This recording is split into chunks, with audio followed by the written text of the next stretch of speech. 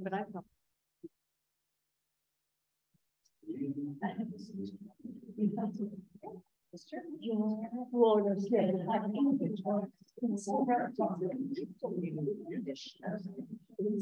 Okay, everyone. Giving everybody a buffer to get started, but we're going to go ahead and get started. We are recording. We do have folks on the Zoom. For those of you who've never used one, this thing here in the middle is called an owl. It gives perspective for those on the Zoom to be able, so when you're speaking, the camera will move to you. So it picks up side conversations really well. So I'm going to ask everybody to keep those to a minimum. Thank you. All right. So thank you. Looks like we have great public participation today. Hopefully Mike and Rick will be coming in here, and Liliana as well, here in a couple of minutes. All right. So for today, we're going to be, you guys can see on the objectives, we're going to review and discuss the community forum feedback. You guys should all have a graph in front of you. We will be going over that. The city staff will be explaining that in more detail, as well as kind of where we are. We have a lot of data, a lot of issues. Where do we go next? So that's going to play a big part into our discussions today. We're going to discuss and finalize the next community engagement event steps. That was a document that I sent to you all. I'll be sharing it as well. That outlines the virtual listening and learning sessions, as well as the topical workshops. So we'll be talking about that as well. As we go through today, one thing that Tony brought up at our last work session, which I think is great for us to be mindful of as we're going through all these conversations, we have a discussion at the end, is we've been doing a lot of community engagement, right? These meetings are a forum for that as well. But what does that look like? What is this effort? How will this effort look if it's successful, right? So, and I want Tony to expand on what your vision of what we should talk about as far as metrics for success regarding community engagement. But I think as we go through, a lot of these are outputs of our community engagement, as well as next steps for community engagement. So kind of thinking about what success will look like throughout this process. Does that about sum it up, Tony? Did you have anything? Okay, great. Wonderful. Okay, so we're going to go ahead and do just introductions. We'll go around robin around the room. Then we'll hit the folks on the working group members that are on the Zoom. And then that's all we'll do as far as introductions. And then we'll go, or do we want to do introductions and updates at the same time? That's just easier. All right, just convinced myself of that right off the bat. For those of you who don't know, my name is Carrie Eberly. I work for Southwest Decision Resources. We are a facilitation company, facilitation and collaboration company that's been hired to do this and to do community engagement, to design and develop outreach mechanisms to provide really robust input to the community plan update for Sedona. I'm joined by my esteemed colleague, Jessica. Yeah, esteemed. So we'll start with introductions, and then if you have any updates. Linda Martinez. Got over COVID. That's my update. Yeah. Nothing else. No photos to share of your trip. It's a great trip. Thank you, Linda. Yeah, I'm Katie Moorcroft. I do have a relations for the city, and I have an update, but we'll talk about it later. Tony Hansen, community team. Early trial, long time involved, old guy, and no other update. Tony, did you have any? I did. Okay. I'm Monica Garland, community member. No updates. I'm Mike Taylor, community member. I'm an ad. Mary Garland. Ann Kelly, community member. Nothing to add. I am still trying to pull a community member, and I got nothing else to say.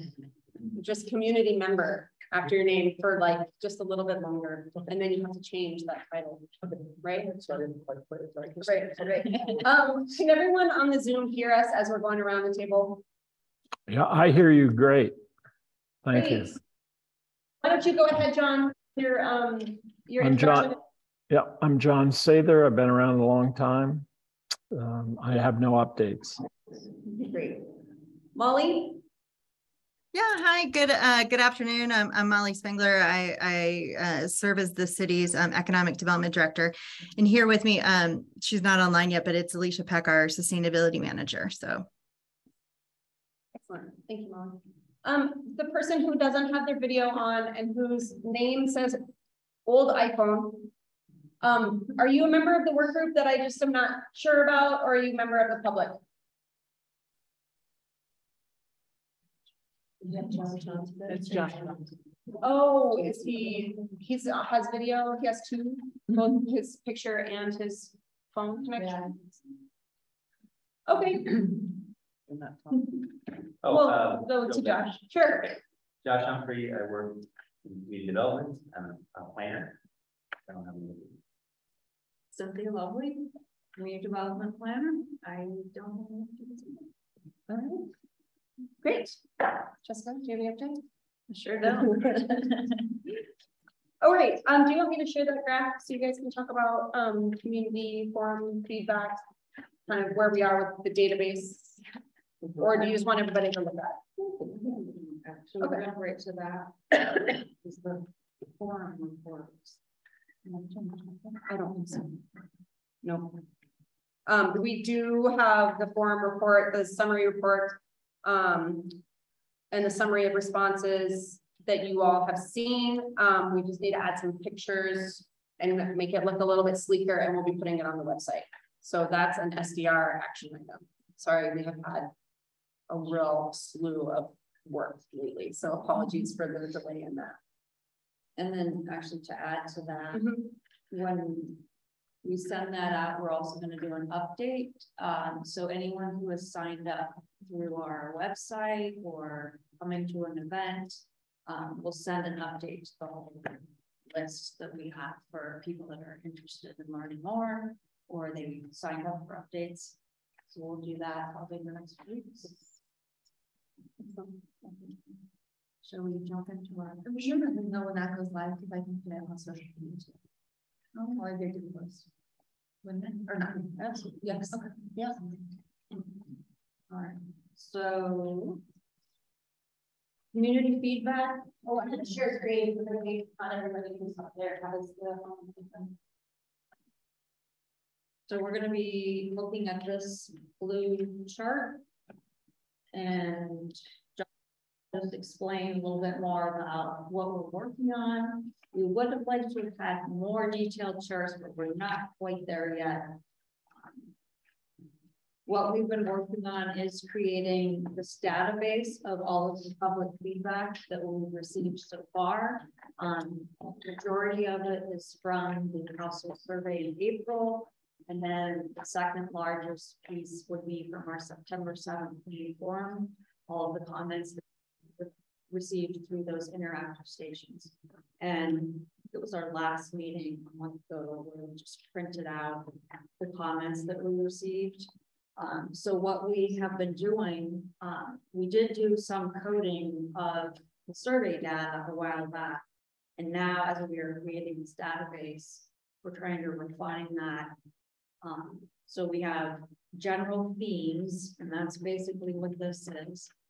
So this is, if you can picture level 1, and then we break down each of these categories even further, level 2, level 3, and then we also have column in there for location. You know, it started out, we were thinking we would just break it out into 4 or 5 quadrants, but now it's probably going to end up looking more like uptown, you know, things that are mentioned frequently. Cultural park would be one of them, the Y, that sort of thing. So we are still going through it because there's how many languages? 2,500. And 2,500 rows of data. And that's from both the household survey and the community forum feedback. Yeah. Cool. That also include the website. Yes, that would get in there. Have we received them? No. No. So, yeah, and I do apologize, but like what we figured out as we were going through it is that we keep refining our categories. You know, we started out with our list, and then there are certain things that ended up not being mentioned very often, and then other topics that are being mentioned often. So an example would be tourism management. That would be our second most mentioned topic. And at first we had grouped ETC balance in with tourism management. And then started to realize it's not always just about tourism management when people are talking about balance. Some of them did use that word balance, but environment, tourism, community. There were quite a few comments about sense of community, that type of thing. So that's where we're still refining it down a bit more into. So an example would be tourism management. Our next level of comments within that would be OHV, big surprise there. Marketing / chamber. So we just grouped any time somebody mentioned advertising or the chamber, that's the marketing chamber, which was a decent number of comments on that one. And then also under tourism management, we split out anything that referred to environmental impacts of tourism. So those were the three. We have some more, but those are the three big ones under tourism management. Any questions about that side of things? That particular label of tourism management, or just this in general? I can go through the others. I won't go through every single one. Just a quick question from my, so 347 in the circulation bar, that's 347. So they say 37 and then 47. Are those discrete comments? Comments. Okay. So we have tagged them with IDs. So for example, if somebody had 3 comments in one, if it was about a completely different topic, we would not, but keeping the ID. So the same person, if we for some reason needed to know that the same person said those 2 things. So it's not 347 people, but 340. How is environmental impacts under tourism management different than environment? So the environment comments, because we do have that broken down into a category, which is conservation and protection. So environment, we put those comments in there when they were talking about protection, if it was just in general. Whereas the environmental impacts of tourism management is really if people were saying that the tourists on the trails, the tourists in general were having environmental impacts. So that's a good example how a lot of these comments, it's a challenge to kind of tease them out and decide where do they belong the best. So environment, we also have things like water resources. And again, that could go into sustainability depending on what the comment was. Housing, as you can imagine, affordable, workhouse, or workforce. We grouped those together, and then of course STR. So short-term vacation rentals, when it was paired with housing, that made it into the housing category. Now, if they were just talking about short-term rentals and wanting to see regulations, how to limit them or control or manage them, we put that under governance. And so that really is why the governance category ended up being so large, was because of short-term rentals. But it also included references to city council or how we do our planning process, for example. There's kind of a wide variety that ended up under governance, but most of them had to do with city government. There's a few that reference state regulations, etc. Which is that those, whether it be about short-term rentals or for instance, if they're talking about the laws regarding traffic, it still seems to me that should be under traffic or under, not under governance. Right, if it's a policy versus, and then that's obviously your discretion. But is it like, I think maybe for the next iteration of this, could there be like a breakdown of like, of the 347 circulation, how many were in each of the top 3 tiers of whatever top 3 groups? Right.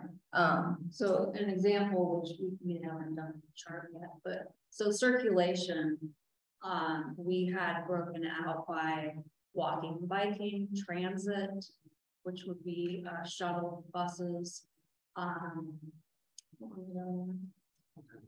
alternative routes and connections. And then the bulk of them were traffic.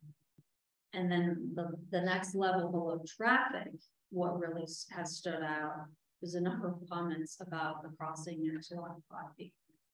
Yeah, I think grouping it the way you have makes it look like people have issues with the city council or the city management rather than with the issue of short-term rentals, etc. Putting the short-term rental law and those concerns under governance, I think makes this graph say what it doesn't say. Is it the title? Is it more like governance and regulations? Or policy and regulations? Short-term rental, but I think it's more the issue, right? Like people have like these obvious issues with the city that they would expect to see reflected in here. Like they would expect to see traffic or short-term rentals, which I know is like super tactical. You're trying to bubble it up into a much higher category. I'm just trying to think about how to be more responsive so that when you read this quickly. Right. But I think this suggests that people have issues with that the city council doesn't listen to the community or something. But that's not 186 comments. So right. I think that those should be pulled out, the ones that are an issue with governance versus an issue with rules. Right. Governance under travel. So I guess 2 things. One is, I apologize, we just we weren't quite ready to share that next level of data. So we aren't quite done, but that will happen. In fact, earlier we were actually going to try to make this chart so that we break up that bar. But I didn't even put complaining about the law on short-term rentals. I wouldn't put it under governance even when you break it out. I would move it. So the thing with short-term rentals, and this is something that we've been debating how to deal with that, is that it's one of those cross-cutting topics, but it can go under housing. So there's a ton of comments that are tying our problems with housing to short-term rentals. And then you have comments that are talking about regulatory aspects of short-term rentals. The traffic, we've had comments, talking about traffic and tying that to short-term rentals. So we can split out short-term rentals, but in the end, when we start talking about policy, etc., then we aren't necessarily going to be talking about short-term rentals in and of itself. It will be the indirect effects. So housing, for example, regulatory aspects. When you say in the end, do you mean in the plans? When we start talking about preliminary recommendations and policies. Yeah, I'm wondering if that matters now, though. I think that people want to see themselves reflected in this and the things that they've mentioned in this exercise. So even if this becomes like 5 more bars and it's a little bit of an eye test that you could at least blow up, you see, like I complained about that thing versus having to figure out, to Rick's point, what governance. So would you suggesting, would you guys prefer that STRs, any reference to them, be split out separately? And basically what we'll end up with is an extremely long list of short-term vacation rental comments, which would also then be broken down. So what you guys like? So I just want to, I see Mike's hand. John, your hand's been up for a minute. So just 1 second, I'm gonna ask us to answer Cynthia's question, then we'll get to you and then you, Mike, okay? So to Cynthia's question, would you guys like to see a blue bar that says short-term rentals? I just don't think it should be under governance. To me, that's just. Well, it's under housing too. It's under housing as well. So they split comments that were specific to housing versus short-term rental regulation. And this is what I'm hearing. So the ones that were associated with regulation went under the governance bar, and the ones that were there's not enough housing because of short-term rentals, that those comments went under the housing bar. It's changed instead of governance, why don't you just change it to regulation or some other word that actually makes sense? Yeah. Well, there's also, I think, comments, and I saw plenty of them that are about governance and the government, right? So city council policy, that kind of thing. Okay. I just want to make sure John had his hand up. Go ahead, John. Maybe I missed this, but my question is, can we assume that take circulation, the 347 comments, am I to assume those are positive, negative, or a mix of both? It's a mix of, it's all of it. Okay. Any comment, including we have so many that just said the word traffic. Okay, so is this an interactive document? Could these be linked tabs to the 347 comments?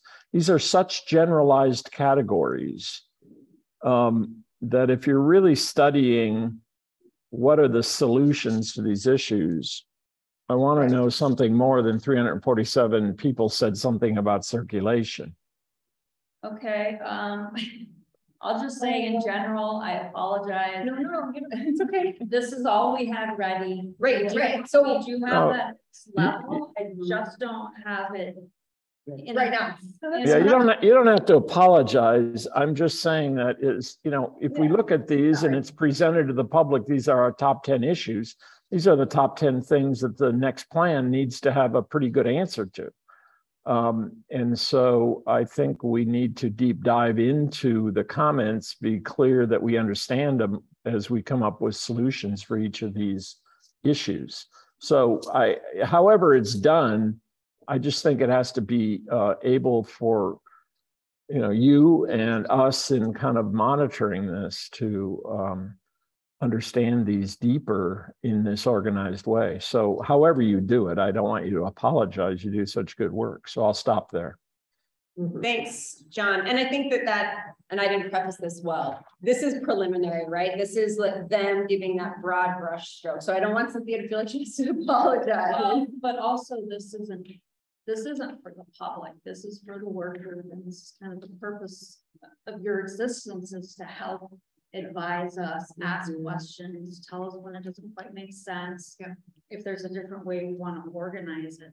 So this is your kind of window into, we are nearing the end of our evaluation of the data, and so we can tweak it now. But we're not intending to put this out on Okay, yeah, so I want to get to Mike because he was next, then Brian, then Linda, then Tony.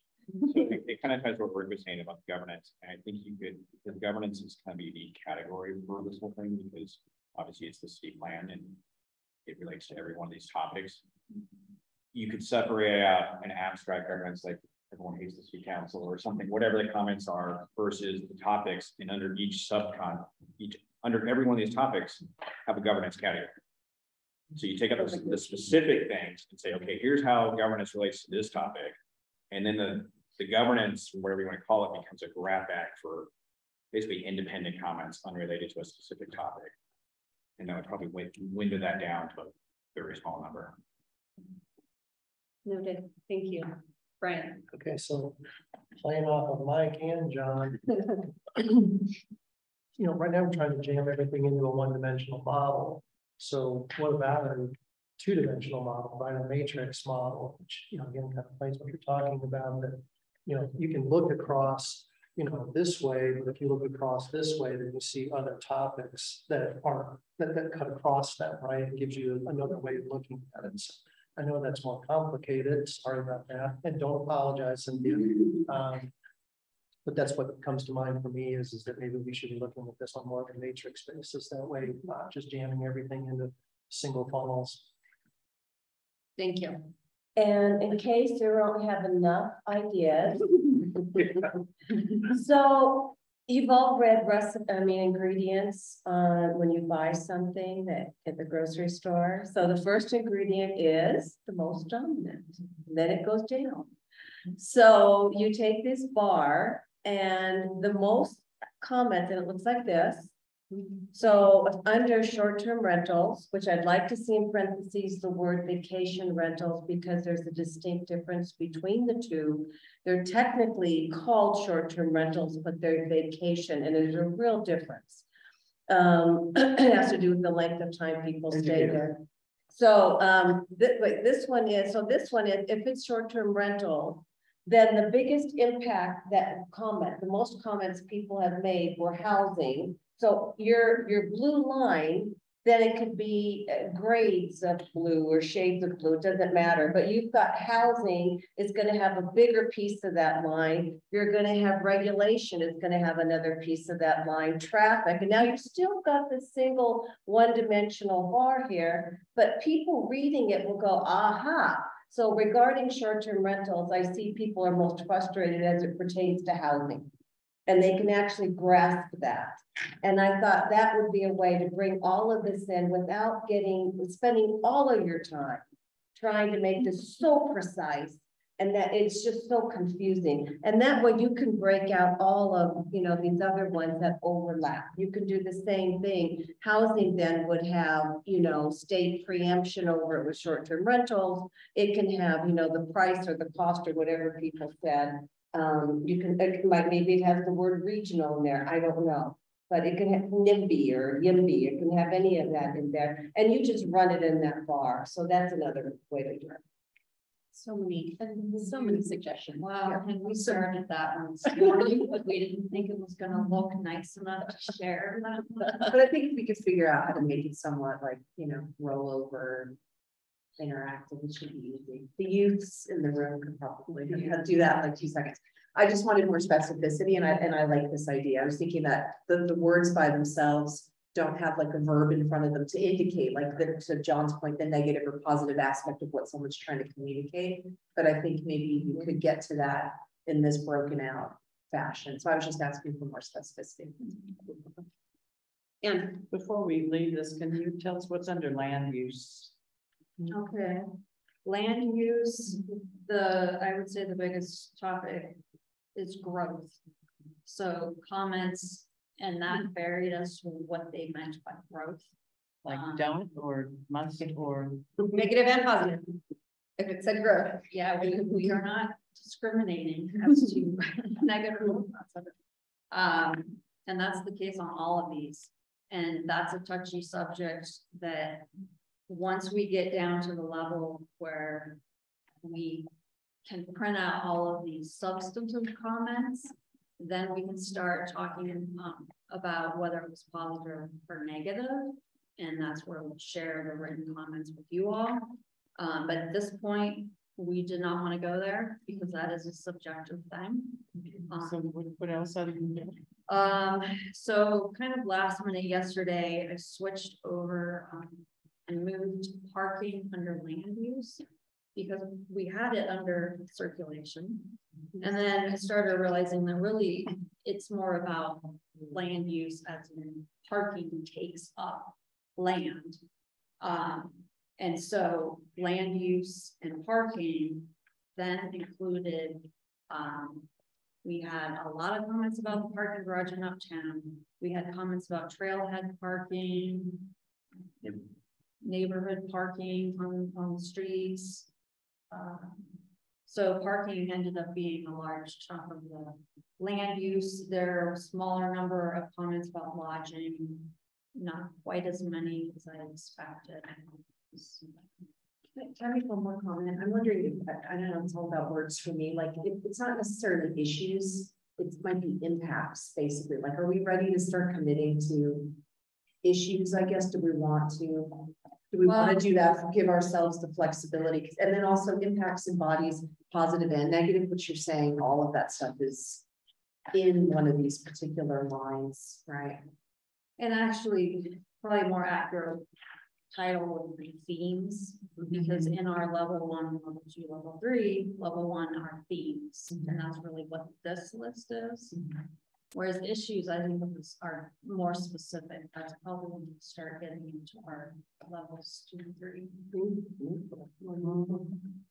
Themes is more neutral. Okay. Any more questions for Cynthia and Josh and the magnitude of work that they filtered these comments into? I just said, sorry. Yeah, go ahead. Go ahead. And So then, for land use and growth and open space that we just talked about today, is that some of the survey or the people that have been in the forum, they're talking about like open space in the city, but they don't realize that's a force. So like, what's going to happen to this spot? So that's part of the education aspect of the future meetings that we're having. So just wanted to add that. Yeah, as we are going through the comments, we kind of have an ongoing list of common topics that people don't know the answers to. So those we will turn into fact sheets, frequently asked questions, did you know, infographics, etc., that we will use for our future workshops. It'll go on the website, etc. So some of these comments, like for example, if they were negative, maybe they just don't realize, Josh said, that actually 50% of our city is national forest and will remain that way. An additional like 5% is dedicated to open space for parks. So right off the bat, a lot of people don't realize that 55% of the land in city limits is already open space and will not be developed. So that's a very basic fact that a lot of people, especially if they're new to town, don't realize. 50%, 55. Ernie, go ahead. Okay, so as I look at this, at the chart, I'm putting these into a big category of problems. These are problem areas to somewhat address. Or that's the way it's coming across to me. Okay. But you know, when we take a look at the word graph, okay, and what really drives and has people in their heart, it's the little thing way down there, environment. Okay, it was beauty, the red rocks, you know, this type of thing. And if I'm just thinking, in creating a community plan, yes, we want to address what the people are concerned about as issues. We have to address that, absolutely. But I would not want to downplay issues regarding the environment, because it looks like people don't seem to care that much about it, where, damn it, it's one of the things that they really do care most about. It just doesn't come up as a issue to be fixed kind of thing, or that anybody could really go out there and do something with, you know. So that was just a comment. Monica, yes. So sorry. Just like regarding the data, I understand it's hard to figure out where to categorize a particular comment if it pertains to more than one thing. Is there a way when you're doing that to like tag it as housing and STR and land use and environment? We can, so that it could, yeah, show in the middle. With that, Something in the middle, like a line that says, these that come from here, or they overlap somehow. yeah, I think back to your like thought section. yeah, exactly. Some of it depends on which software. Yeah. We're using. Some of them you can tag with multiple. Yeah. Just. Yeah, I think that would be helpful in understanding the particulars, and yeah, just if we feel like it goes with multiple things, maybe it's less important to say 347 than it is to say this applies to 5 categories in our top 10 issues, you know. So you can even do that on. And then you can sort it, you know. and maybe that is the way you're doing it. I don't know.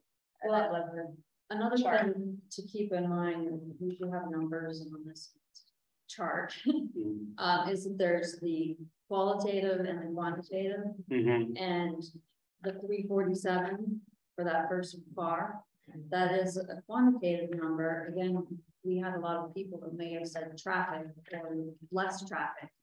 And then we had other people that would do 2 or 3 sentences. Here's a recommended solution, blah, blah, blah. So those are the constructive, you know, feedback that we're really looking for, that will then drive our discussions in those workshops. And when we start talking about recommendations and policies. So that's one of the reasons for doing this, is to also separate out the actual productive comments, because we all know we would like less traffic.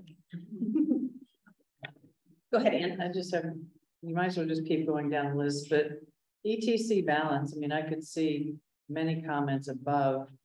I could categorize into ETC balance. I'm curious what specifically got the 48, what's under that? Those are the ones when we started splitting out, if they were not specifically talking about management of tourists, and it was talking a lot when we talk about community and that just the a lot of them were like, pay more attention to the residents and not so much to tourists. That's an example of the ETC balance type of comments. Yeah. Great. I want to take pause for a minute. We've had a couple of people join. This is great conversation, and hopefully this is all very helpful and for Josh and for Cynthia in their continued quest of making sure the data is representative of the things that people said, right? Liliana, did you, I just want to give you the opportunity to introduce yourself real quick, and I don't know if you have any updates. We're currently looking at some of the data that came out of the household survey and the community forum.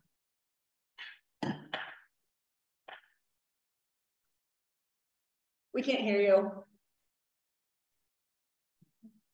I don't have anything to say right now. Okay, great, thanks.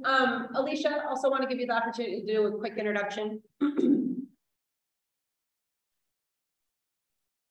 Hi guys. Okay, yeah, camera's on now. I'm calling from a spare office at ComDev, but once again for everybody, my name is Alicia Peck. I'm the sustainability manager for the city. So great, thank you. Yes, absolutely.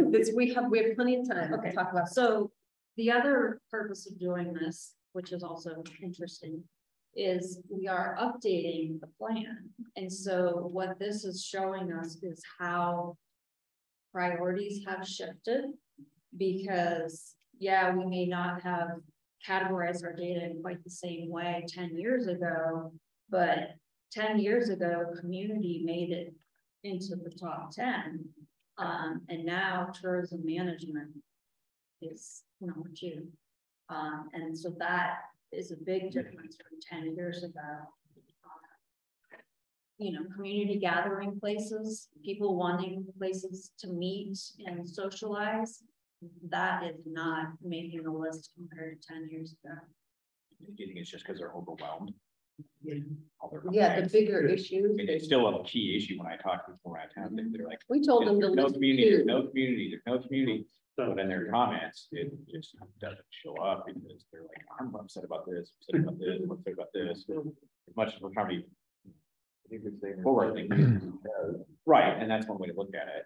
But I don't think it's lost importance based on every discussion I've ever had. Just a quick question. Did all these comments, were they incorporated like from the visioning statements, from the mapping activity, and from the challenges and solutions? Okay, so all of this, anytime they wrote us something on a sticky note or a data sheet, all of this data is okay. Except there's some of the vision statements that we still have to work through, and those might actually just have to be kind of their own category. Because people did kind of, some of them wrote a vision statement similar to what we have now, where they're mentioning the environment, community. And Cynthia, can you explain how circulation is not part of tourism management? Yeah. So let me just chime in there. Some of these are cross-cutting topics, of course. So like talking about short-term rentals and traffic and parking, they're all kind of tied together. So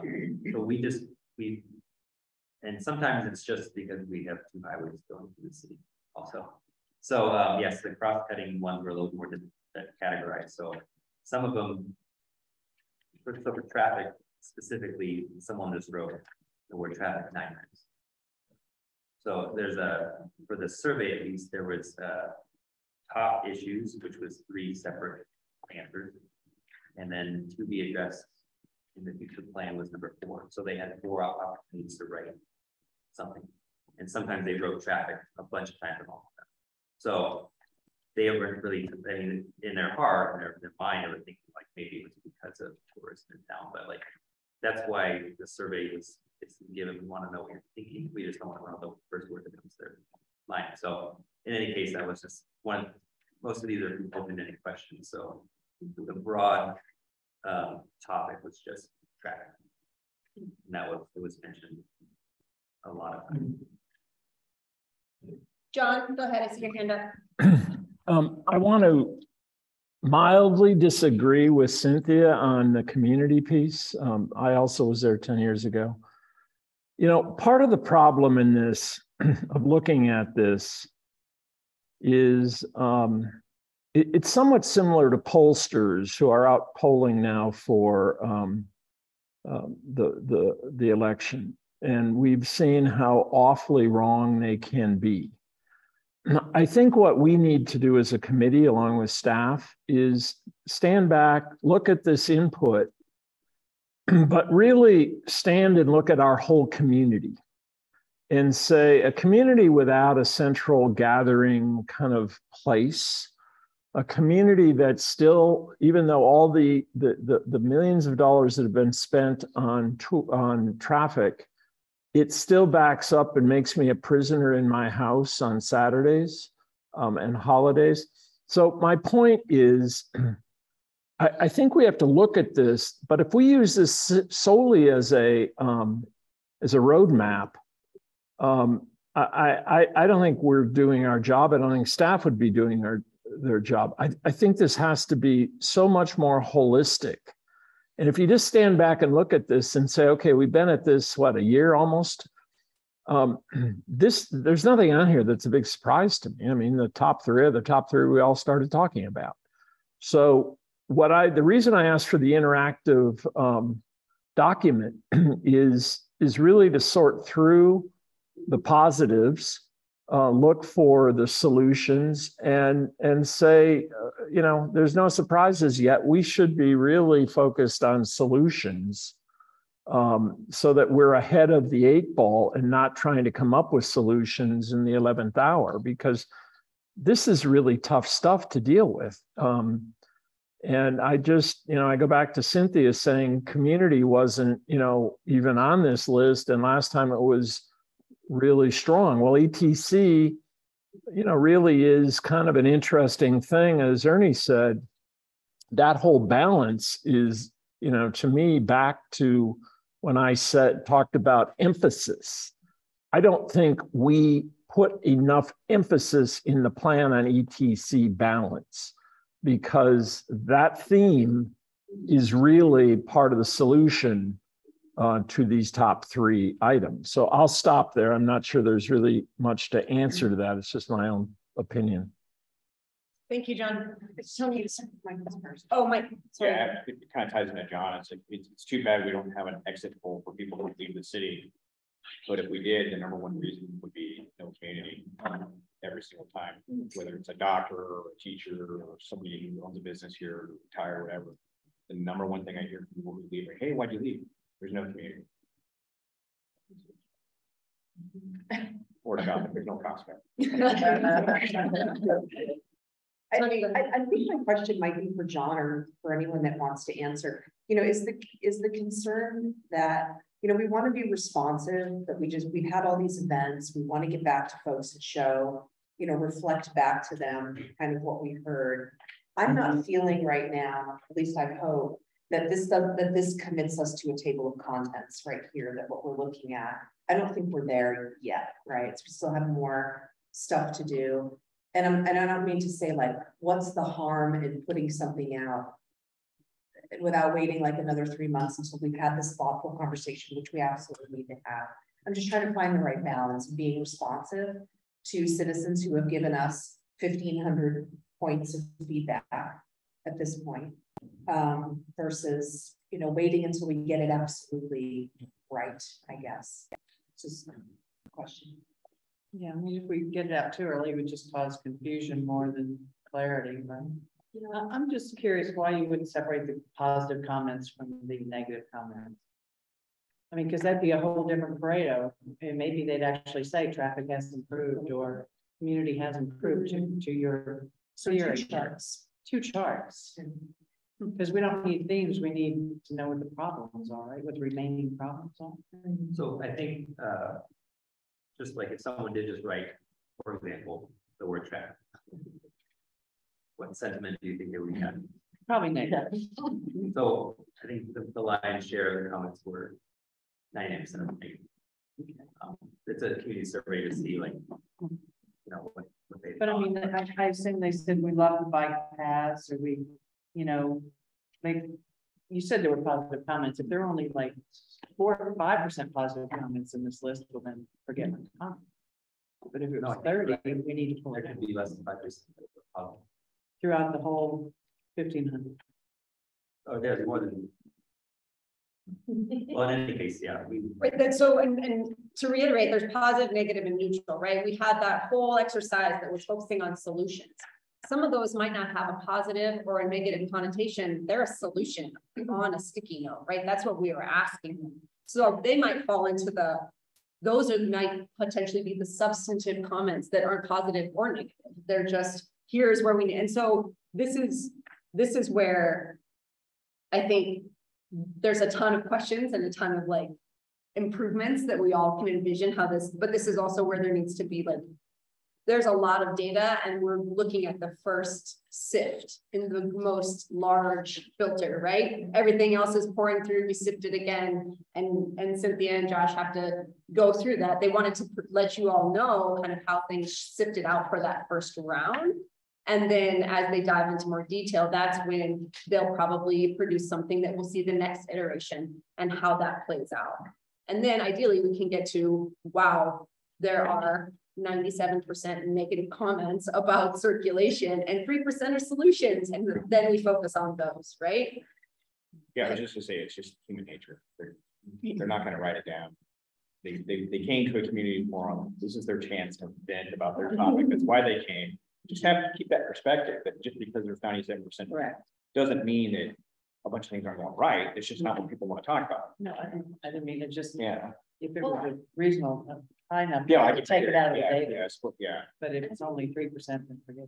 Actually, thinking about it, I don't feel like there were that many truly negative comments. And using the example of walking and biking paths, we had some people that were, you could say, positive comments and saying they're loving the new pathways, they want more of them. And then we'd have comments saying, you really need to put a pathway on this road. And then we had some comments saying there's too many bicyclists on the road, come on. So those are the sort of comments that are not always clear as to is that positive or negative. Or so. Thanks, Rick. Two things. First is, I think there's a little bit of confirmation bias, like just the fact that we had like 7 areas of interest, right, where people were commenting. So of course, those 7 things are going to come up most, but that's based on the survey, which you have written here. The second thing is, regarding the old community plan, like John said, if we still haven't addressed things that have been in the vision since incorporation or when this whole thing started, like a community center, the heart of Sedona, then that seems like it should carry over, that's probably still something people care about. And just as Mike said, just because they're not like, I had to sit in traffic on my way to this event tonight. I think, yeah, we should take that into consideration. And maybe I'm beating a dead horse here and everyone's in agreement, but that's all. No, that's a good point. And I think it's in line with what Arnie had said earlier, is that we need to not forget about the positive things that are out there, and that we want to retain or build up fans. Okay. Well, thank you for present. We are 5 minutes ahead of schedule, but I want to give everybody a chance to have a break before we go into the next part of the agenda, unless Cynthia and Josh have additional things that they would like to cover over the community feedback. I'm sure this will not be the last time you see a bar graph similar to this or significantly different than this in the coming months. No, that's a good quick question. There's another survey we've gotten in the mail lately. Exhaustive survey. What is that for? What will be used for? So that's our I believe it's annual community survey that we've been doing for a while. Keegan might be able to. So that comes from me technically, but it's called the National Community Survey. We do it every 2 years. We've been doing it we've done it 4 times now. It's gonna help the community plan, but mainly it's everything. It's to help the community plan update. It's to help council priorities. It's to help our budget. It's just a really good tool to figure out what we're doing right and what we're doing wrong. And I mean, 2 years ago we asked. So let me just start by saying one other thing. There's 12 questions that are standard, and every community, I think there's 400 municipalities that use this exact same survey. So we can really compare data from other communities that are tourist or very small, like 10,000 or less, and really get to understand their problems and maybe realize that we're having the same problems, or maybe we contact them and say, we have the same problem, what's your solution? What are you working at? What are your projects to alleviate it? There's 4 more questions. There's 16 questions. And then it goes on to a lot more questions about who you are, but the main 16 questions are about issues that are in Sedona. The last 4 are ones that we've customized. So we've asked every department head, what's a question that needs to be asked, and we boiled it down to 4. And those are ones that we typically compare with ourselves, year over year comparisons of surveys. So something that we got from the 2020 National Community Survey is, where do you get your news? And the biggest news outlet was the Red Rock News. So we knew that we needed or several newspapers, didn't call them out, but so that tells us we need to keep sticking with press releases and advertisements and everything else in the Red Rock News. And then number 4 was social media. So we know that we need to step up our social media game, press releases. So it does help us internally, and it also helps with council priorities, budget. When will we get the results? Yes, so we are collecting data through November 10th. There's a sample survey that gets sent to 600 random homes within the city limits. That's paper, or you can take it online. And then there's the public participation survey, which every resident is available to take. Even if you're a non-resident, you can take it, but we're really only counting resident results. So it closes November 10th. We'll get a very good compiled data right around the end of the year, calendar year, and then we'll present it to the city manager, will present it to council. Because I mean, that should definitely count, right? And a lot of it was ranking. I recall it was almost all ranking. That's right. Yeah. So that'll help further call out what people are feeling good about and bad about. And you know, that's an input point. And I understand you had to like call it a certain thing and stuff, but when we're in the middle of this process, I know we only do it once every 10 years, but it would have been great to figured out how to brand it under our umbrella, perhaps, you know, just to, so people be like, oh, look, one more thing, because I got it and I was like, they're surveying us in the middle of our process. But I hope we get a ton of feedback. Do you remember how well we did last time? I don't, because I wasn't. You weren't here, yeah. But I probably should still know that. I can find out. Okay. Also, Keegan queued me up to, after the break, we do want to show just about like social media reach and kind of keeping in theme with like community engagement. How are we being successful, and like when you think about all these numbers and how are we reaching people? Keegan had some good data on how well we reached the community using social media for the event that we had, etc. So I'm gonna bring that up when we come back from break. So if everybody wants to take 5, stretch their legs, bathrooms are out and to the left. Thank you.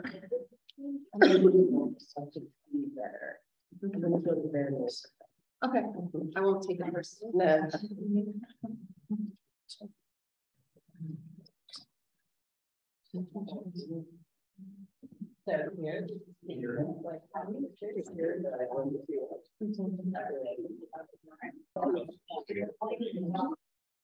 Please.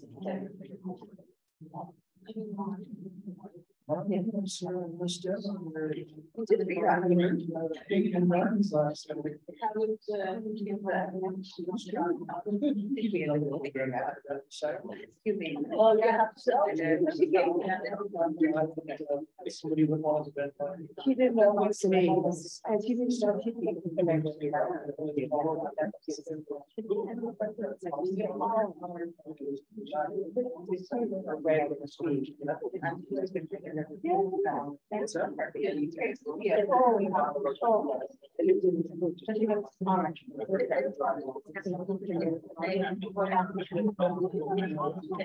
Okay, everybody, we can get started again.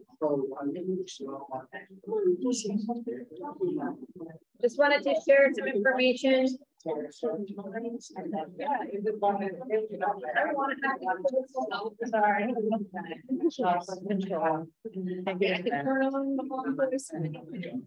I'm all done.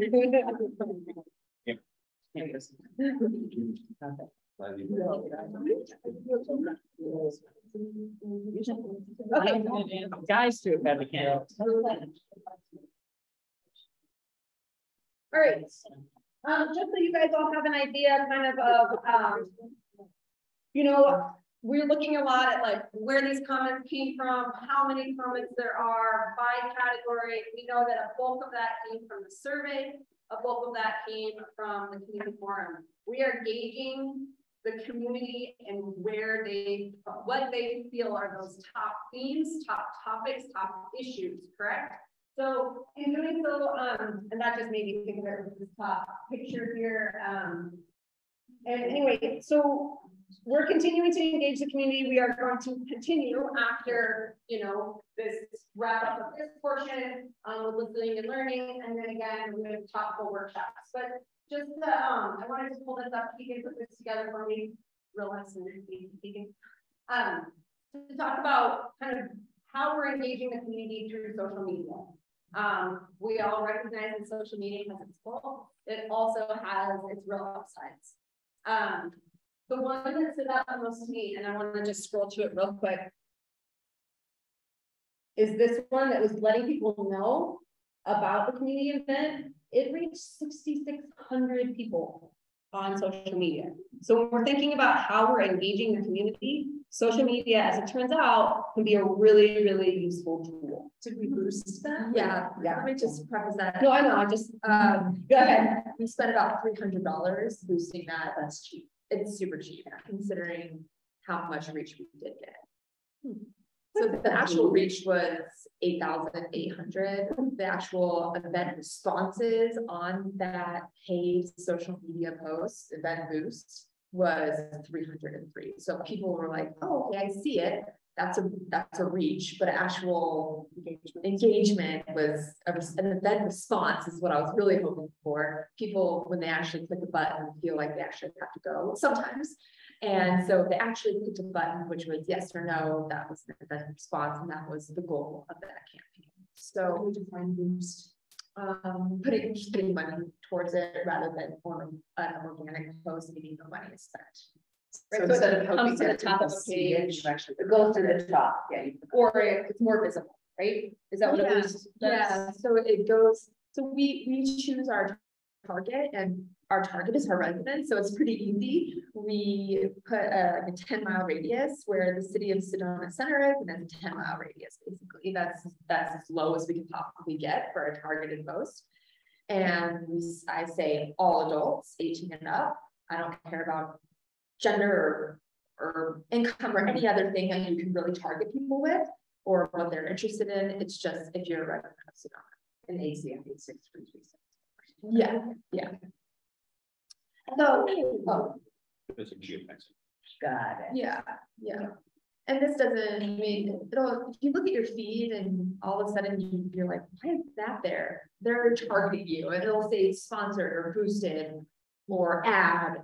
And you can see that it's not necessarily supposed to be there. You can even click, why am I seeing this? Or stop seeing this. It doesn't make sense for me. So we really can garner good results with a little bit of money put towards it. So basically, since I've been with the city of Sedona for 6 months, our social media strategy has changed quite a bit. I'm trying to post on a themed basis every single day. So every day has a theme. Community update and community development it's like one of those cross stitching where they like really fit into a lot of different categories. So these are, I compiled the posts that are specific to the community plan update, but a lot of our posts have a lot of integration with community development and the plan. So I just grabbed a screenshot. This is very last minute, so I apologize, it's not great, but I went ahead and just took a screenshot and then said the reach and the engagements. The reach is how many eyes saw it. The engagement is how many people touched it. So a like, a comment, a share. So as you scroll down, you'll see I also added YouTube. YouTube is kind of new for us. Where every single one of these videos of these work groups is posted there. They're not doing amazingly. We're not putting money behind it. We're not promoting it. But the very last page there shows our YouTube, 22 views the last 4 weeks. The community forum, I went live at the community forum, and that was 38 views on YouTube, but it had around 1,000 views on Facebook. So we are really getting out there. And if you are on social media, please like our outlets. Even if you're whatever, you love us, you hate us, just keep liking us so you can keep receiving information, especially in this work group. I would love to see a little bit more social media use for you guys. I posted a video that features all of you, and like no one from this group shared it, which is totally fine. I know a lot of you are tagged on social media. No, I'm not going to tag a human from a social media account, that's government. That would look weird. But yeah, I would love to if it's my account. I would, but so, and I didn't also send out like, hey, share this. So I'll take responsibility for that too. I think I did, but anyways, maybe I didn't. So we're doing really well on social. We're on Facebook, Instagram, and YouTube, and we're going to be expanding to LinkedIn, but that's really more job improvement. So any questions about social media and what we're doing, how we can improve? Did you break down the engagement / responses into comments versus likes? No, I can do that. Just curious. The comments are, I would say 50-50. Like, you're doing really great. No, you're not. You're doing this. Yes, we are. It's like you say one thing. This is what we're doing, and this is how we want your input. And it's half good, half bad, and then it becomes a conversation, which is good. That's even if it's all negative. We want people talking about what we're doing in the city and what's the solution, how to get involved. So even if it's negative, I'm still really appreciative of the comments, even though it kind of breaks my heart. but it's, and so, yeah, we're doing pretty good, but we have a couple posts in our queue for the community plan update, and I'll let you know when those go out, but I What really. about other sites? Do you do Instagram? And... Yeah, we do Facebook, Instagram, and YouTube right now. Okay. Twitter's not even on the top 10. So, and I'm not young enough for Snapchat or TikTok, but maybe I could try. That's what everyone wants. You're asking me. Yeah, I don't know. So I think that this, thank you so much, Keegan, number one, for putting this together, and my listener request. But I think that this goes to show as well, like when we're thinking about the upcoming community engagement events that we have, and this kind of leads us to our next topic, how we can continue to promote those to continue to engage citizens of Sedona in a way that this listening and learning session is coming up. It's virtual. Just all you have to do is log in. There's the, event. There's the link, those kinds of things.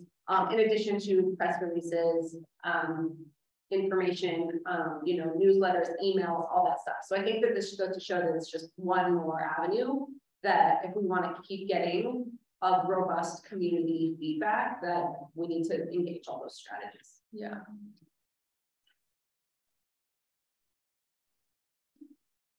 Okay, what's next? Not that. Here it is. Everybody see that on the phone? No. Let's see if I can get it. Okay, so I sent this out to you all. I got some feedback on some of this stuff. This is kind of our community engagement outline for the fall and the winter 2022-2023. This probably should say spring as well, because as we know, there's lots of opportunities to move this forward. So we talked about having 4 listening and learning sessions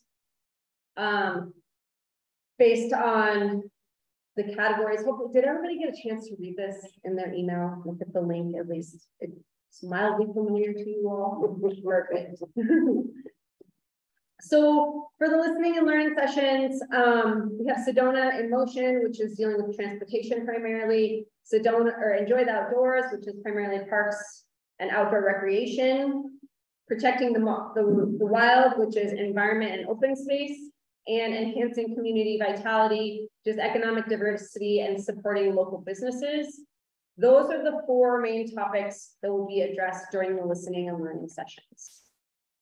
As you can see, we have some dates kind of anticipated, kind of an 1 a week in November and December. Those dates are not solidified. Those are tentative based on discussions we've been having with the facilitation team, the city, and members of the city who we would hope would be part of the presentation. Yes, Mike. I just, the only thing I want to add about that, I was a little confused about that from the case, Matt, but yeah. November 23rd, I think your participation can be. You're right. The day before Thanksgiving, I was just looking at I'm not going to be near a computer, so good call. Once we provide some kind of feast. Yeah. I know, a virtual feast. Great. Thank you for that. Like, appreciate. You know how sometimes you just get so into like the thing that you're doing that you forget that there's like a holiday. There's a world outside of doing this, right? And how did we come up with these topics? I know I missed the last. Right.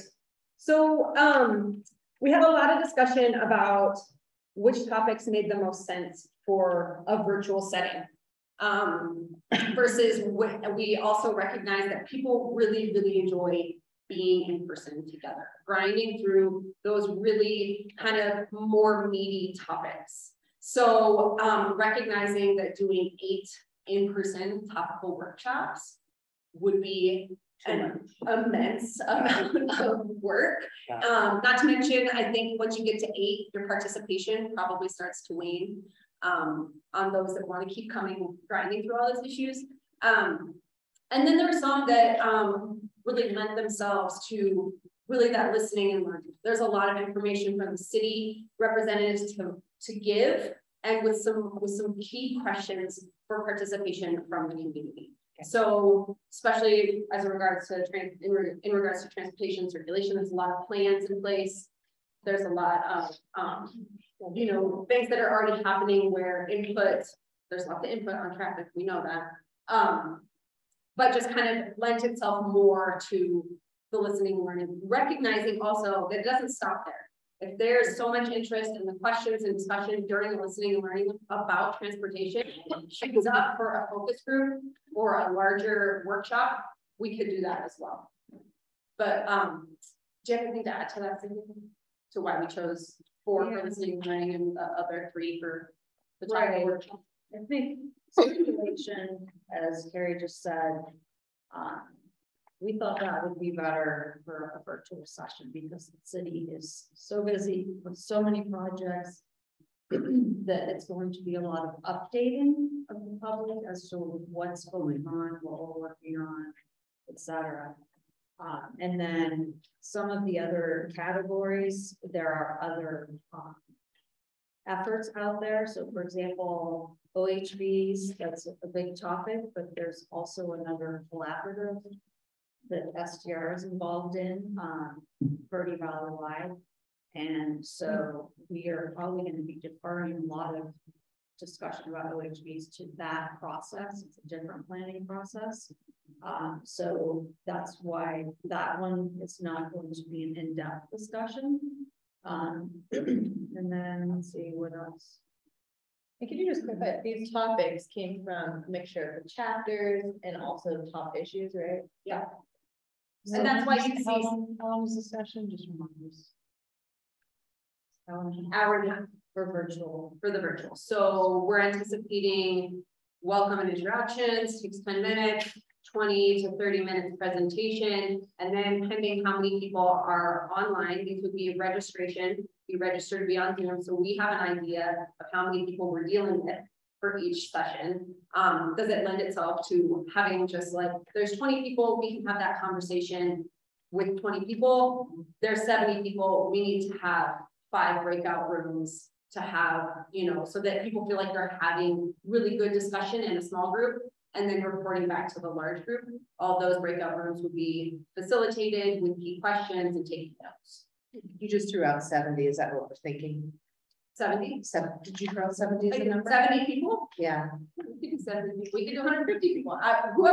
However, once we see how many people will register, we will be able to facilitate whether that happens. If it's 20 people, if it's 70, if it's 120, we'll make sure that works. So 10-minute intro, 20-minute presentation. Oh gosh, what would be a agenda?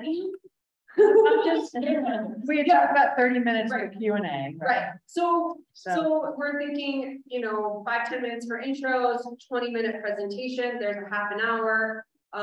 Some probably direct question and answer based on the presentation, and then key questions for folks to have discussion on in small groups, 25 minutes, and then everybody comes back to the main Zoom room, and each group reports back on kind of the salient, you know, discussion topics that came out of their small group. All of this would be collated into notes as well and documented. I saw a couple of Me. Yes. So Carrie, are these all 3 just different meetings covering the same thing, same questions, same topics, or are these going to be building on each other, going into more depth? So this one right now is just Sedona in motion. This is just one. I'm looking at the 3 days. The 3 days. So they're not building on each other. 3 separate topics. If you don't care about, there's 4, I haven't put the extra date up there. I took the date off. So you just haven't allocated. It's gonna be one of those days. Right. Sorry, so that's right. We were having this conversation on the phone the other day. I was like, okay, Wednesdays, once a week. You know, what dates are we looking at between that critical time, November, December, when people are leaving for holidays, people aren't going to be around, that trying to get those in so that we keep momentum, right? So those dates, the Sedona motion could be any one of those dates. Then the next listening and learning would be completely separate. Obviously, we would learn the things that went well, the things that were challenging, and we would modify the facilitation strategy for each one. But you know, like the environment is not building on the transportation discussion. Okay. So seeing how this is coming up really quickly, at what point do these get designated? I'm sorry? At what point do these get designated and then promoted? Right, so first of all, we have to ask the people who are presenting. Okay. We have likely one of the first ones, will be the economic vitality one. Molly Spangler and ideally Steve Ayers from the town of Camp Verde would be giving that one as hopefully the first one, just because we already have 2 contacts. They said yes, we just need to find the date.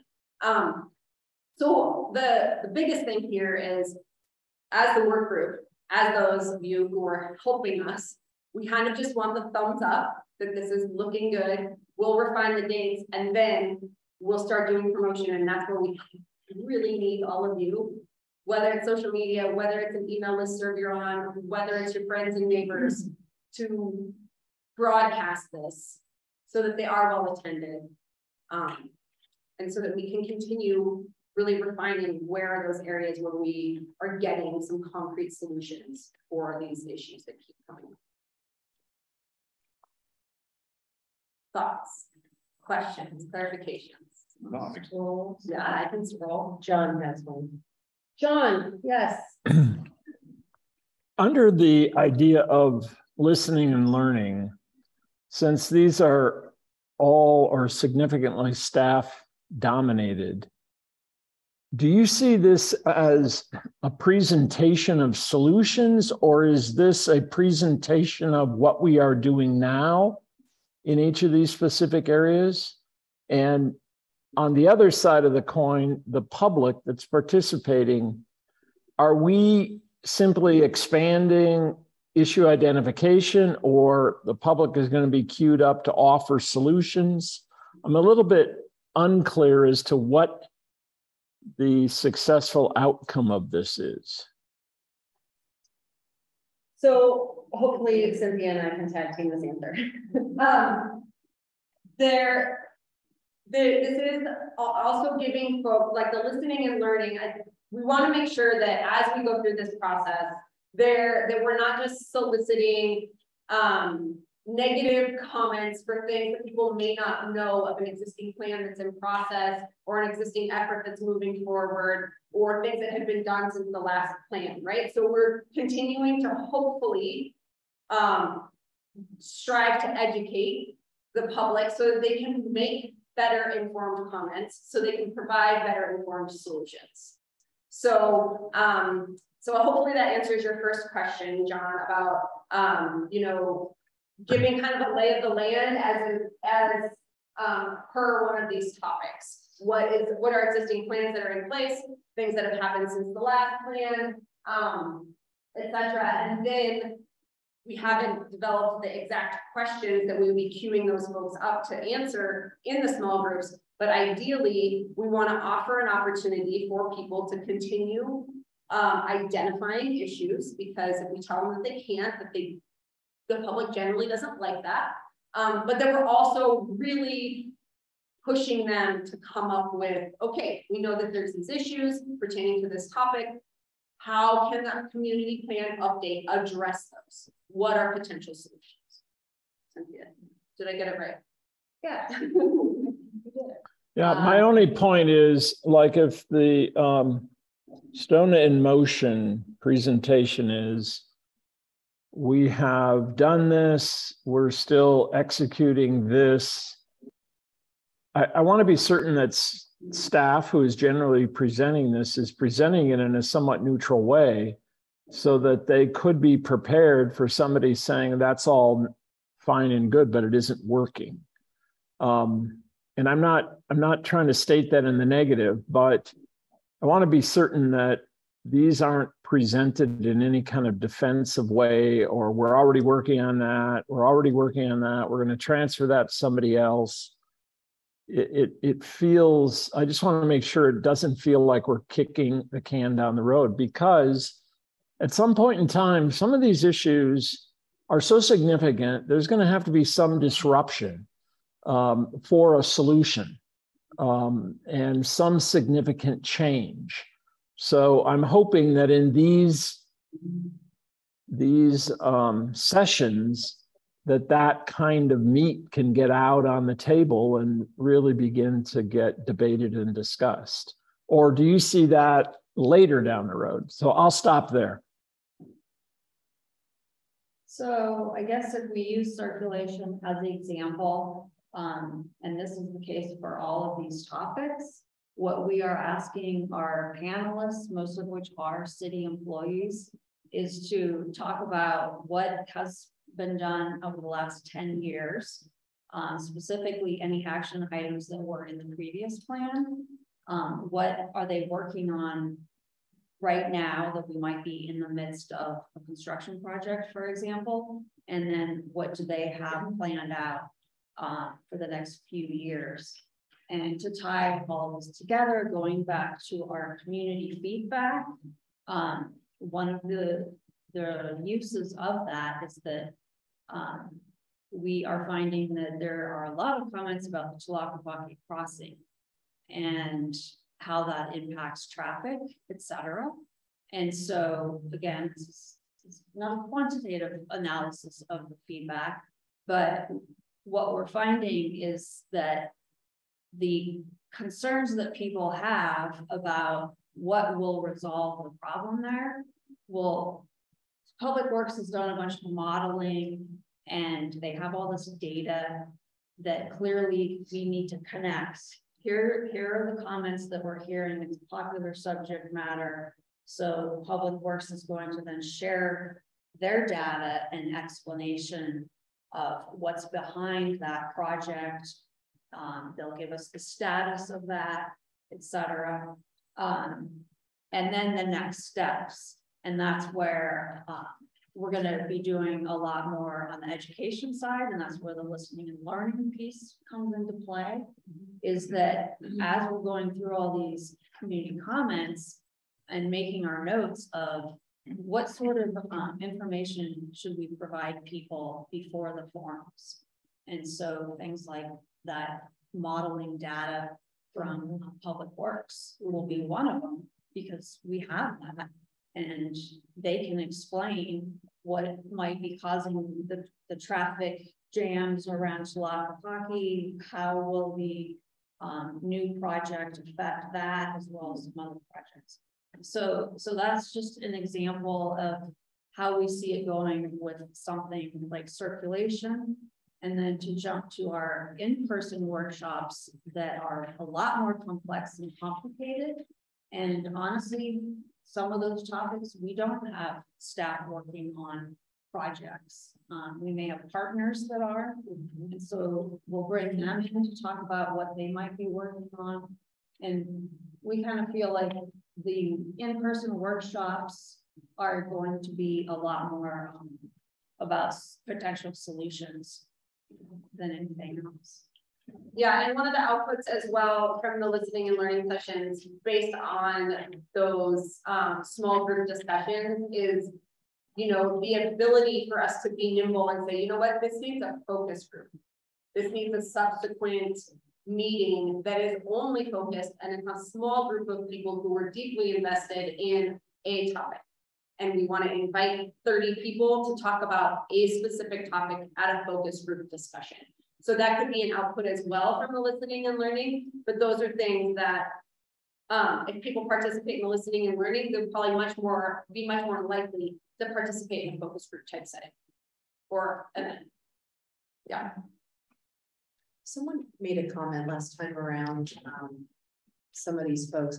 This isn't the right, I won't use the word, it's not the right word, but there's folks that might have a contrarian view to how we know a lot of folks in the city feel. Are we still committed to having that diverse viewpoint in these sessions? Yeah.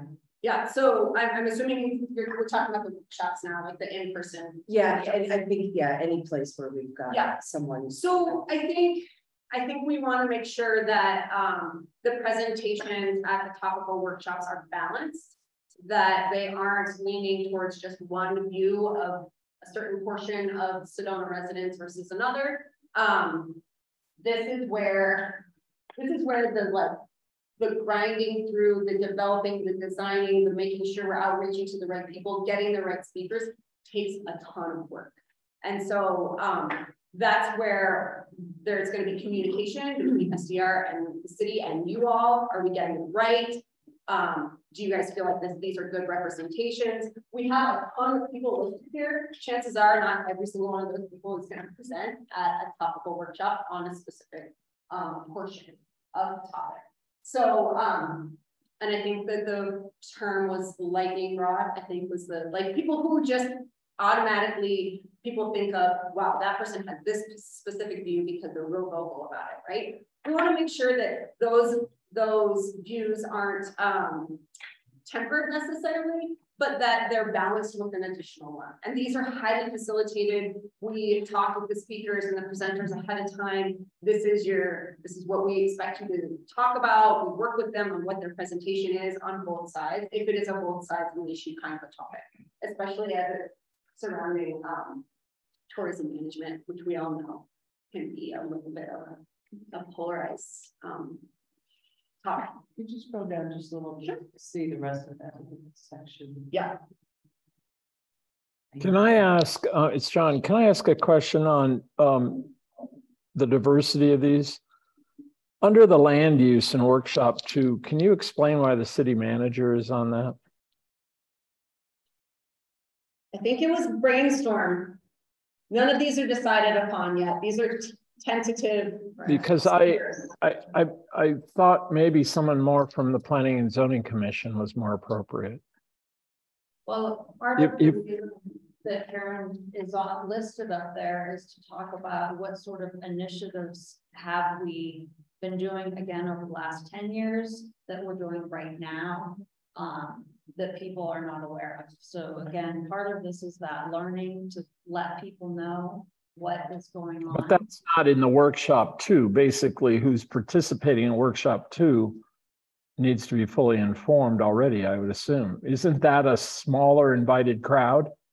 No, these workshops are open invite. Okay, all right, then I'm misunderstanding. Move on. Yeah. Okay. Yeah, so in each one of the workshops, this isn't just like I'll come in and go to a station and do a thing. This is come in, there's a presentation, multiple presentation, there's a lining out of what we're trying to get from you all today. This is how we're going to do it, and that, you know, have a presentation on current status or whatever the case may be, and then some activities, some stations to go through with different topics, different questions to address. All hoping to moving, you know, we're like sifting down towards those solutions, right? We're trying to get more and more right. Is SDR facilitating, emceeing, whatever you want to call it, these? Yes. Yeah. Okay. So then there will be 3 workshops, and we kind of have those lined out as one per month, starting in the new year, recognizing between now and the new year, feels like a minute. So this is the plan. This is the one we've set forth. We've sent it to you. You guys have provided comments, a few of you. Thank you for those. You guys have given us feedback on presenters. Thank you for that. So this is where we give you guys the reality check of how much work this is going to take. And so our proposal to you all from us, SDR, with conversations with the city, is that our main focus be on putting together listening and learning sessions between now and the new year, and then focusing on getting these workshops lined out, providing materials to you all to review, providing promotional materials. And so that's where we need to be doing the bulk of our work. So our proposal is that we reconvene the work group meetings starting in 2020. So taking off November and December for work group meetings.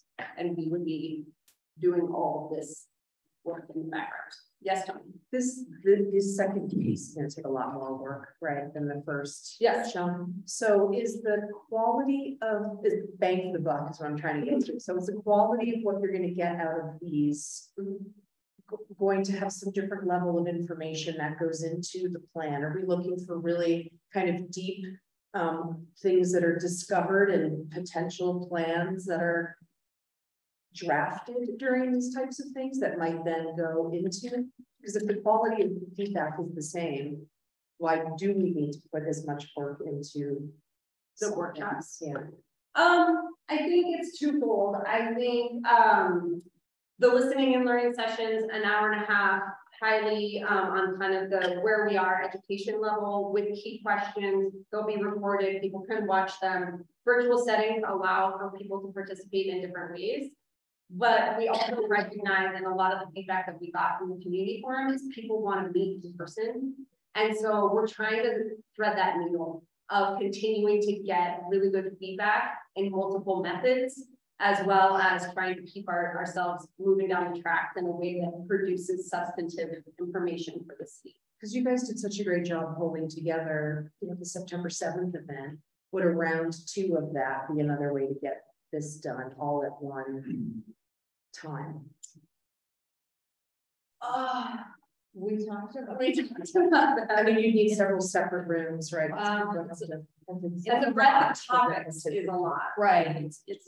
It's basically too much, because these workshops, and I'm referring really to the first 2, which will be the ETC balance, which is really the tourism management discussion, and then the land use discussion. There's some really important debates that we need to have about some of these topics and how we should deal with them in the future. And so that's why those are going to be in person. We're going to dive much deeper into these topics. Because honestly, on some of these, we don't know which direction we want to go. And so we really want to be able to break out into groups with various facilitators and presenters and really get people talking. So yeah, I think that you can still go into separate rooms. I'm not advocating that an Right. attendee at this event would have to listen to No, all of this. They'd still splinter off and go into their preferred area, but at least you're having one event, bringing everybody together at one time.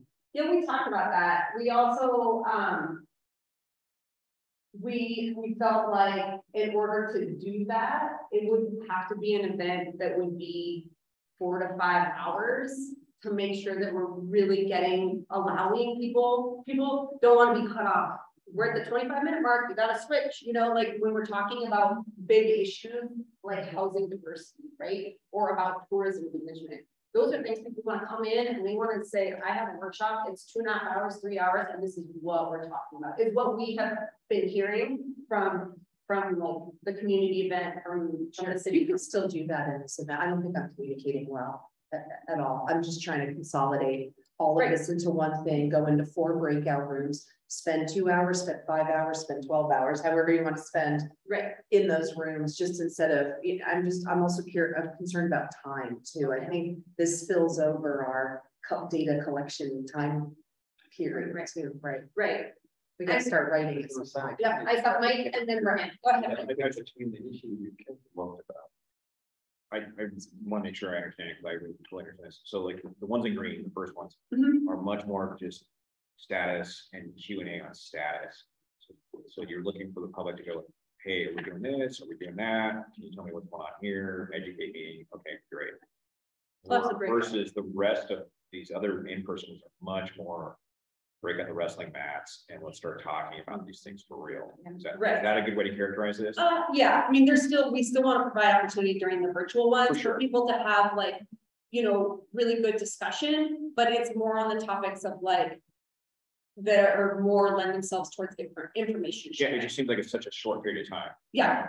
And then to Tony's thing about a master event, essentially, I'm just like, well, shoot, I want to go to at least 2 of those, if not 3.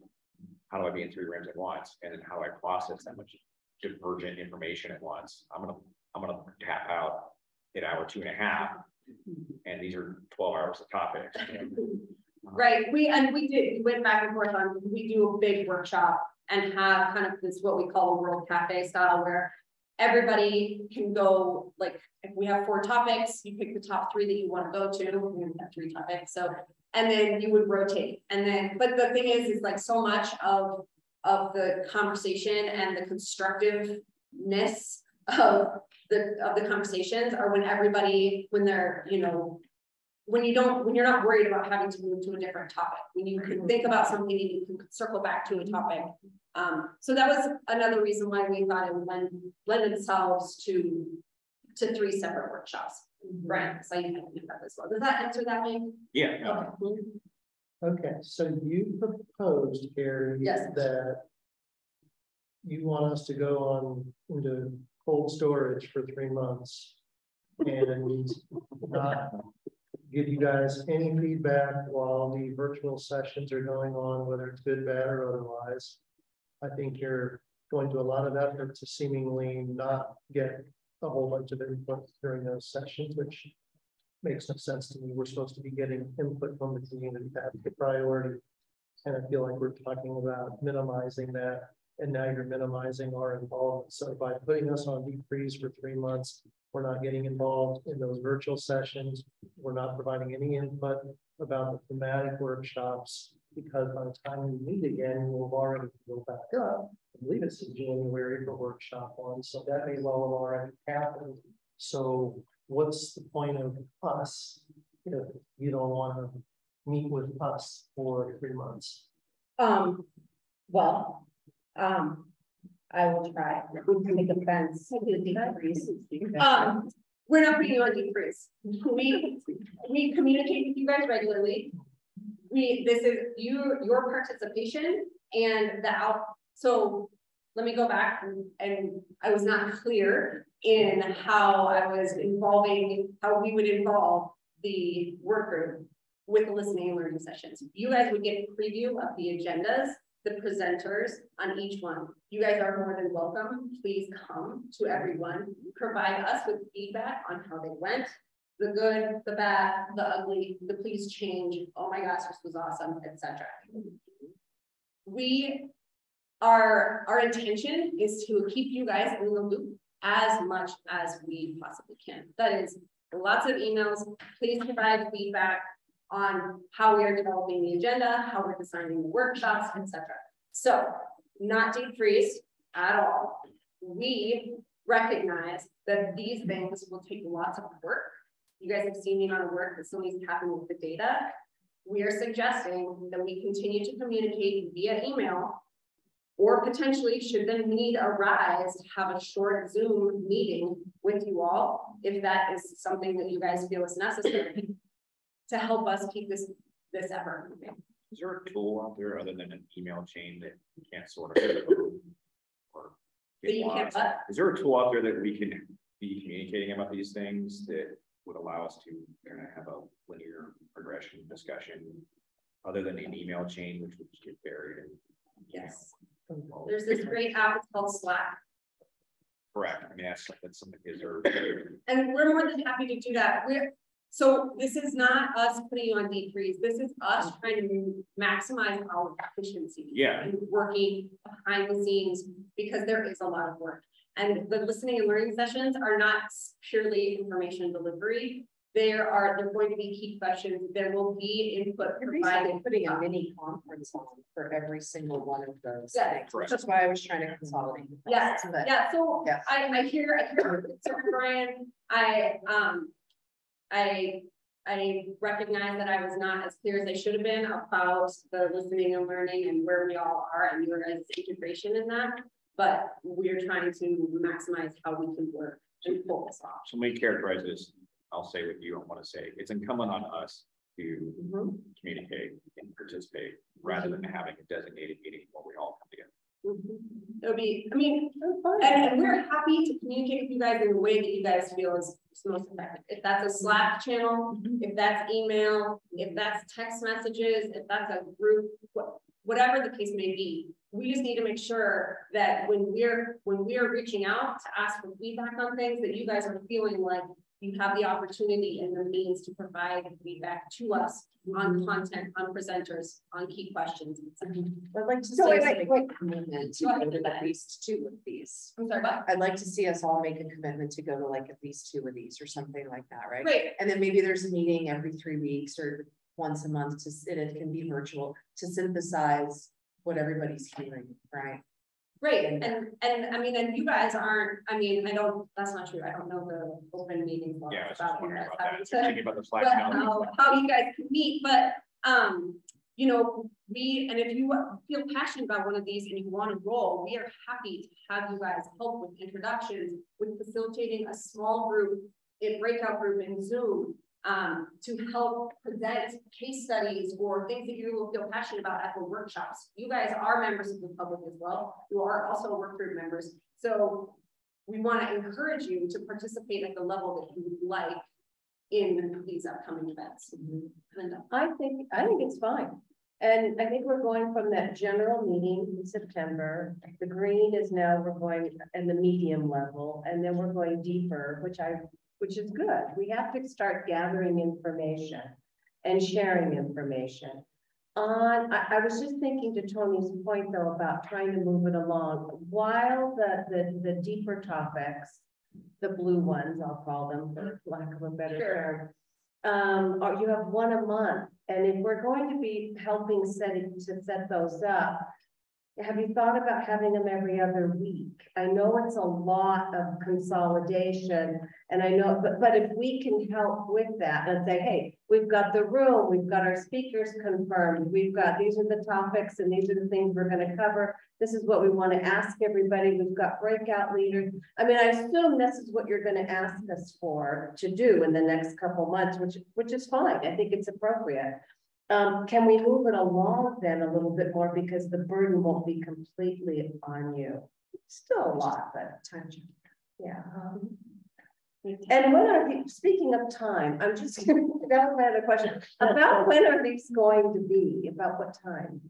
So that's another thing so this is our outline. We're proposing it to you. We're hoping that you guys can buy into the format of it. Then that's where, like, you guys are all members of this community. When is the best time to have a 3-hour workshop that people can come and be committed? Is that a Saturday morning? Maybe not. Is that a Thursday afternoon? We don't know, like, what makes the most sense for community members to set aside the time to really be involved.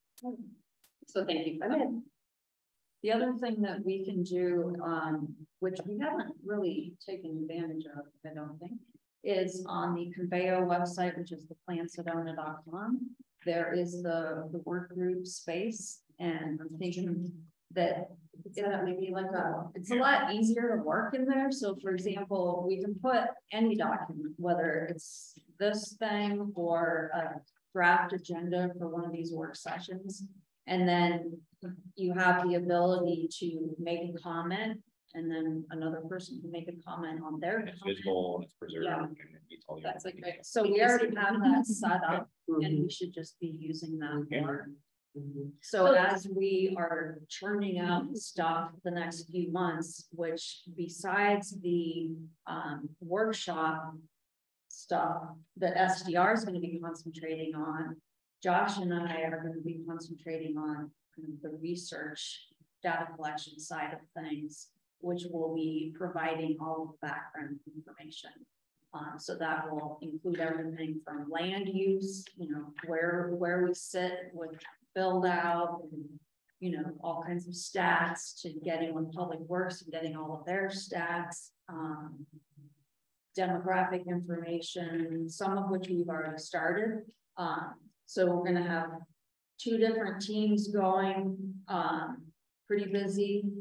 So that's what we plan to do over the next 2 months. And we can be putting drafts of all of this out there for you guys to comment on.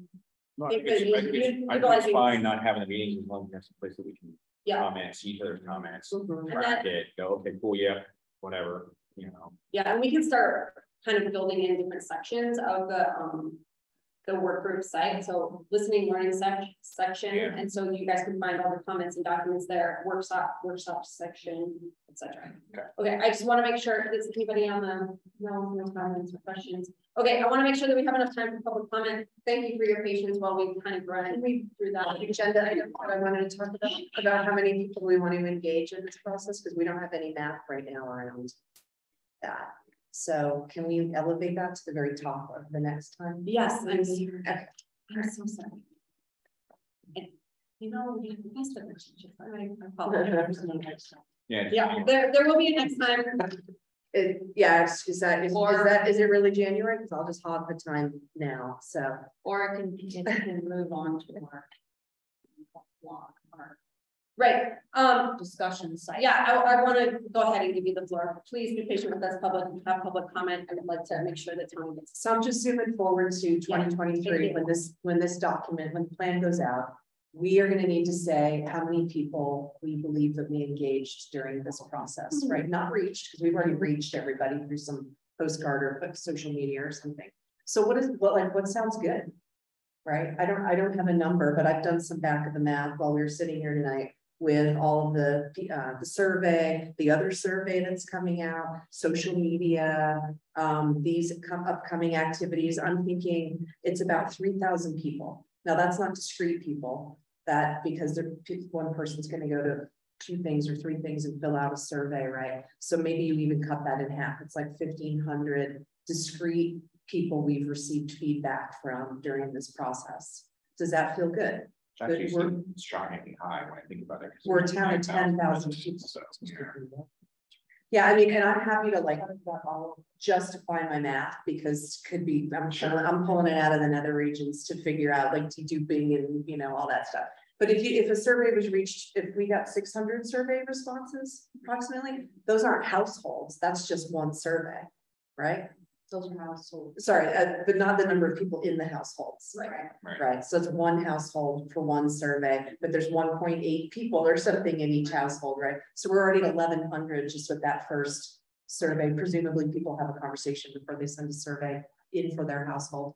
So that's kind of my thinking around the math, right? And then I cut some numbers out to dedupe and stuff.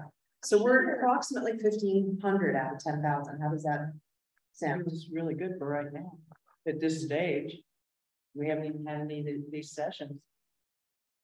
No, I think Tony, were you saying that by the end of this process? Or were you saying as of right now? I'm including this. Okay. I figured 500 people.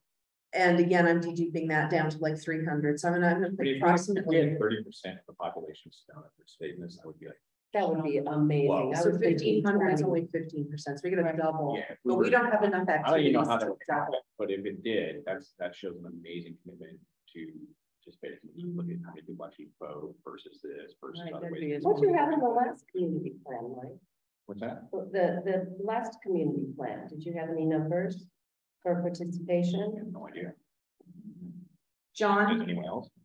do you have a goal? Did you? Alicia, I see your hand up. Yeah, thank you. I just wanted, I'm sorry to have to be the one to say this, but I just wanted to point out that there hasn't been any Spanish communications to the community as part of this effort, to my knowledge. I know that there was no advertising done for the event that we just recently had in Spanish, and I don't think those surveys are being translated into Spanish. So that's a whole percentage of our community that has not been reached at all.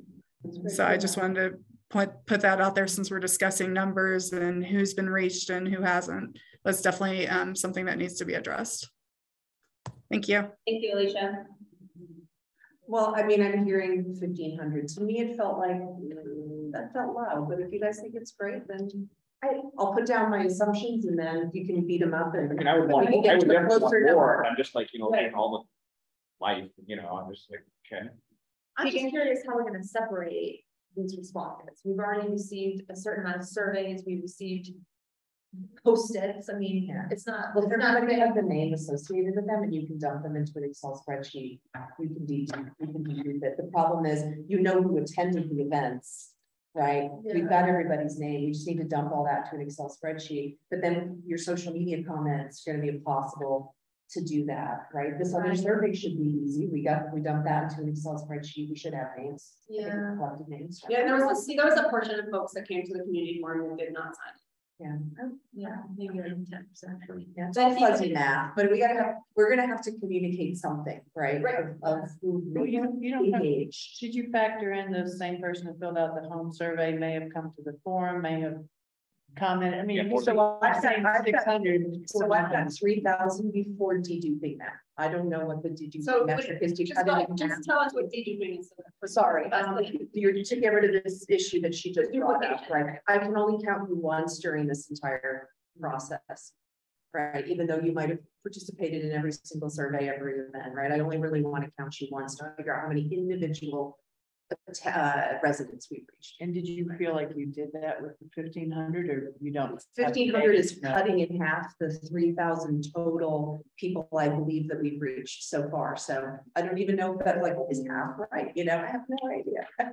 So, yeah, it's fine. Thank you. No, I appreciate it. Yeah. I know that there's public comment and I want to get to it. I apologize for running late. I just wanted to, this has been on an agenda item 2 times and I've managed to eke away time from so many. Thank you for your patience. Good. I have a little different vision for what you're talking about in workshops. I think that every one of the people on the committee should be a champion for an alternative vision. So for example, we want to expand lodging.